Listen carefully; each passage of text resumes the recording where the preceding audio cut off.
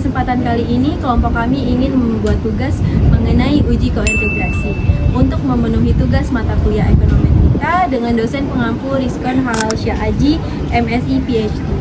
Sebelum itu, izinkan saya memperkenalkan diri terlebih dahulu. Nama saya Hawa Nabila Atsa dengan NIM akhir 068. Saya Hanatul Zahra dengan NIM akhir 074. Saya Naila Amalia Ramadhani dengan NIM akhir 123. Saya Lauzam Witalipi dengan NIM akhir 024. Nah teman-teman, pada kesempatan kali ini kelompok kami akan membahas salah satu topik penting dalam ekonometrika, yaitu uji kointegrasi. Nah, dalam analisis data ekonomi, kita sering menemukan bahwa data seperti GDP, inflasi, konsumsi, dan nilai tukar memiliki pola yang terus berubah atau disebut tidak stasioner. Namun, meskipun terlihat tidak stabil dalam jangka pendek, beberapa variabel ekonomi ternyata memiliki hubungan yang stabil dalam jangka panjangnya. Nah, untuk mengetahui apakah variabel-variabel tersebut memiliki hubungan jangka panjang atau tidak, digunakanlah metode yang disebut uji kointegrasi. Uji ini sangat penting karena dalam ekonometrika, jika kita mengabaikan hubungan jangka panjang antar variabel, maka hasil analisis bisa menjadi tidak akurat, bahkan menyesatkan, atau yang dikenal dengan istilah spurious regression. Oleh karena itu, pemahaman tentang kointegrasi menjadi dasar penting dalam analisis data time series. Konsep dasar kointegrasi. Secara teori, kointegrasi adalah kondisi ketika dua atau lebih variabel yang tidak stasioner pada levelnya, namun memiliki kombinasi linear yang bersifat stasioner. Artinya, meskipun masing-masing variabel memiliki tren naik atau turun, hubungan di antara variabel tersebut tetap stabil dalam jangka panjang. Untuk mempermudah, kita bisa membayangkan dua orang yang berjalan secara acak tetapi tetap terikat oleh tali.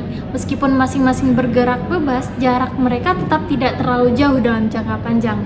Dalam ekonomika, contoh yang sering digunakan adalah hubungan antara konsumsi dan pendapatan, hubungan antara inflasi dan suku bunga, hubungan antara ekspor dan nilai tukar.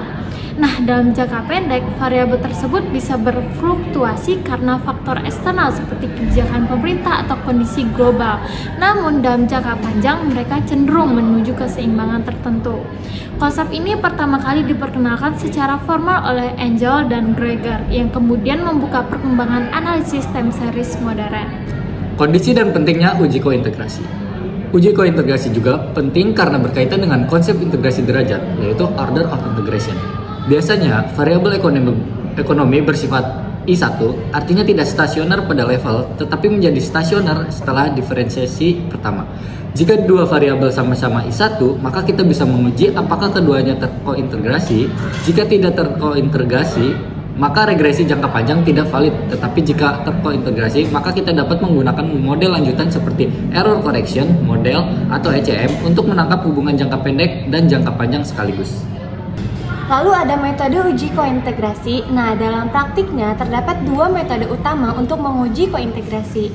Metode pertama ada Engel-Greger two-step method, yaitu metode ini paling sederhana dan paling digunakan untuk dua variabel. Nah, langkahnya adalah yang pertama, melakukan regresi antar variabel independen dan dependen. Yang kedua, mengambil residual dari persamaan regresi tersebut. Dan yang ketiga, melakukan uji stasioner pada residual menggunakan augmented decay Fuller atau ADF test.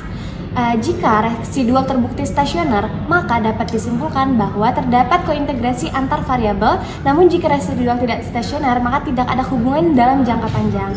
Lalu yang kedua ada Johansen kointegrasi test. Metode ini digunakan ketika variabel yang dianalisis lebih dari dua. Johansen test menggunakan pendekatan sistem persamaan berbasis VAR atau Vector Autogression. Nah, terdapat dua statistik utama dalam metode ini, yaitu Trace Statistics dan Maximum Eigenvalence Statistic. Kelebihan metode Johansen adalah mampu mendeteksi lebih dari satu hubungan kointegrasi dalam satu sistem variabel. Untuk selanjutnya, interpretasi hasil. Setelah melakukan uji kointegrasi, hasilnya akan menunjukkan apakah variabel memiliki hubungan jangka pendek atau jangka panjang. Jika terdapat kointegrasi, maka ini berarti variabel-variabel tersebut bergerak bersama dalam jangka panjang meskipun mengalami fluktuasi dalam jangka pendek. Dalam kondisi ini, model yang dapat digunakan adalah Error Correction Model atau ECM karena mampu menjelaskan dua hal sekaligus, hubungan jangka panjang dan penyesuaian jangka pendek menuju keseimbangan.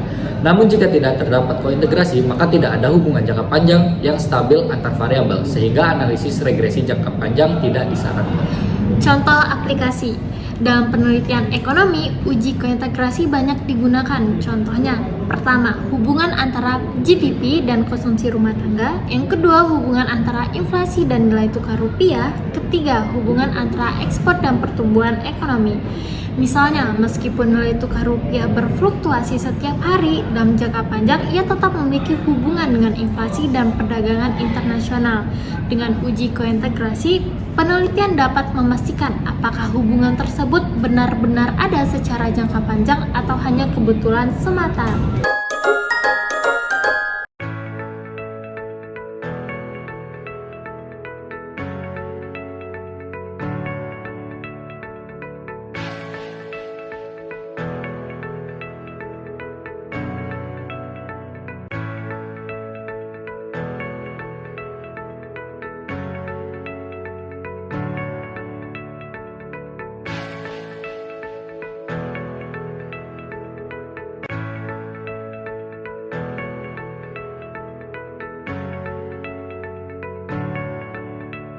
Nah, dari penjelasan video kali ini dapat disimpulkan bahwa uji kointegrasi merupakan alat yang penting dalam ekonometrika untuk mengidentifikasi hubungan jangka panjang antar variabel time series.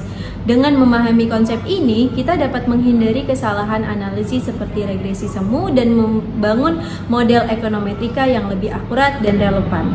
Demikian video dari kelompok kami. Terima kasih atas perhatian teman-teman.